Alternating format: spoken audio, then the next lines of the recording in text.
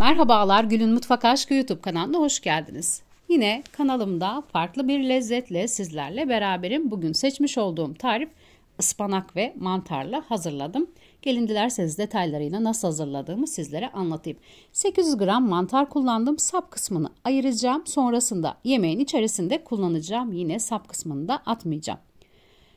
Büyük boyutlarda mantar kullandım. Dış kabuğunu soyuyorum. Mantarın soyarak hazırlayacağım. Mantarı küçük mantar olsaydı yıkardım. Genelde içerisinde kum olduğu için küçük mantarları yıkayarak tüketiyorum. Sizler bazen eleştirebiliyorsunuz mantar yıkanmaz diye. Küçük boyutlardaki mantarları soyma şansım olmadığı için yıkayarak tüketiyorum. Sap kısmında kullanacağım. Kenara aldım. Tarif için 800 gram ıspanak kullandım. Temizledim, yıkadım. Sonrasında elimin içerisine demetleyip doğrayacağım elimle. Siz dilerseniz bir tahta üzerinde de doğrayabilirsiniz. Çok ince doğramayacağım. Elimle gelişigüzel doğruyorum. Ispanak çabuk pişen bir sebze olduğundan elimle doğramayı tercih ettim. Hazırladığım bu lezzet ıspanakla mantarın uyumunun ne kadar güzel olduğunu sizlere gösteren bir tarif olacak.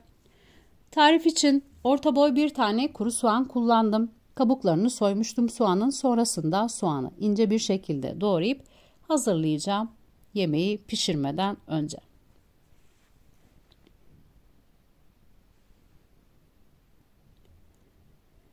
Soğanı da doğradım, hazırladım. Sıra geldi bu güzel lezzeti pişirmeye. Tava içerisine yarım kahve fincanı kadar zeytinyağını ekledim. Üzerine doğramış olduğum kuru soğanı ilave ediyorum.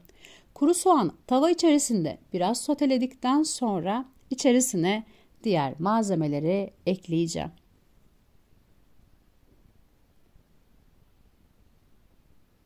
Hazırladığım tarif yapımı pratik, gayet lezzetli. Eğer ki mantar ve ıspanak seviyorsanız kesinlikle ikisini bir arada denemenizi sizlere öneriyorum.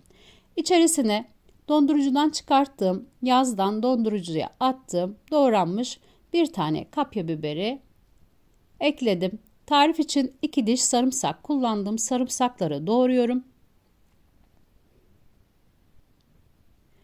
Sarımsakları doğradıktan sonra içerisine yıkamış olduğum mantar saplarını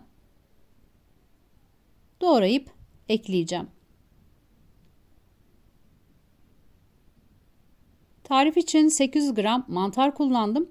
Sap kısımlarını ayırdım. İçerisine doğrayıp yine yemeğin lezzetine lezzet katması için iç harcında kullanacağım. Mantarın saplarını doğradım. Biraz soğan ve kapya biberle kavuracağım.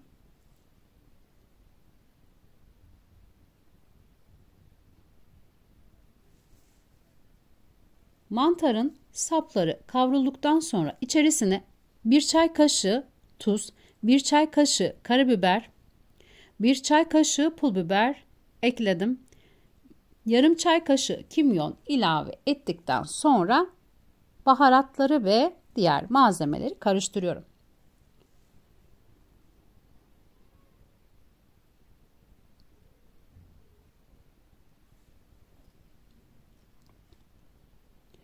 Tüm malzemeler bir arada sotelendi. Üzerine hazırlamış olduğum ıspanağı ekliyorum.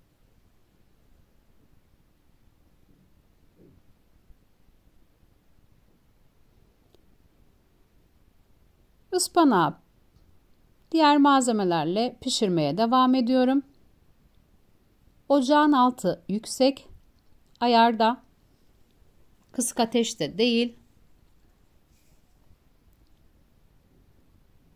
Kapağını kapatmadan bir kaşık yardımıyla çevirerek pişiriyorum. Ispanağı da diğer malzemelerle. Ispanağı pişirdim. Tüm tava içerisindeki malzemeler pişti. sıra geldi bu lezzeti mantarın içerisine doldurmaya.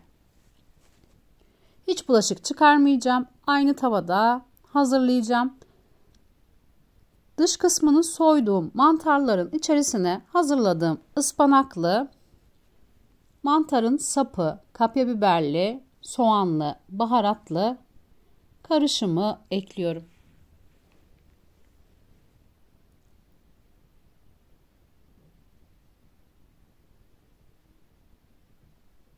Aynı şekilde tüm mantarları bir çay kaşığıyla dolduruyorum.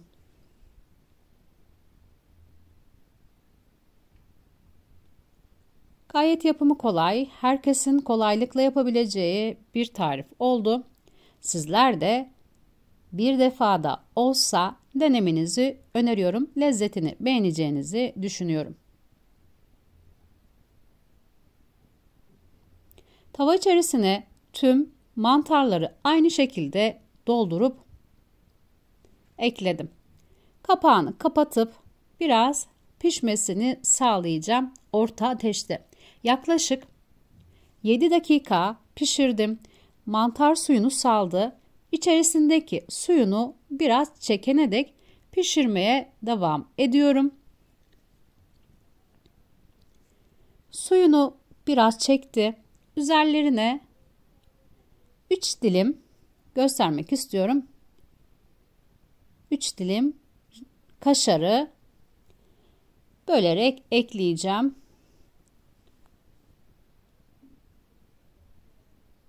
Dilimlenmiş kaşarı bu şekilde parçalar halinde mantarların üzerine ilave ettim. Evinizde varsa ekleyin, yoksa önemli değil. Üzerinde kaşar olmadan da çok güzel bir lezzeti oluyor. Ben biraz görüntüsüne biraz daha hoşluk katmak için ekledim ama lezzetine de güzel bir lezzet katıyor. Söylediğim gibi evde yoksa eklemenize gerek yok. Şimdiden hazırlayacaklara afiyet olsun. Görüyorsunuz. Kanalıma abone olmayı ve beğeni yapmayı unutmayın. Lütfen o güzel yorumlarınızı videomun altına bekliyorum. Sizlerin görüşleri benim için çok değerli. Tarifin malzemelerini ne miktarda kullandığımı açıklama kısmında belirteceğim. Oradan bakabilirsiniz tarifin malzemelerine.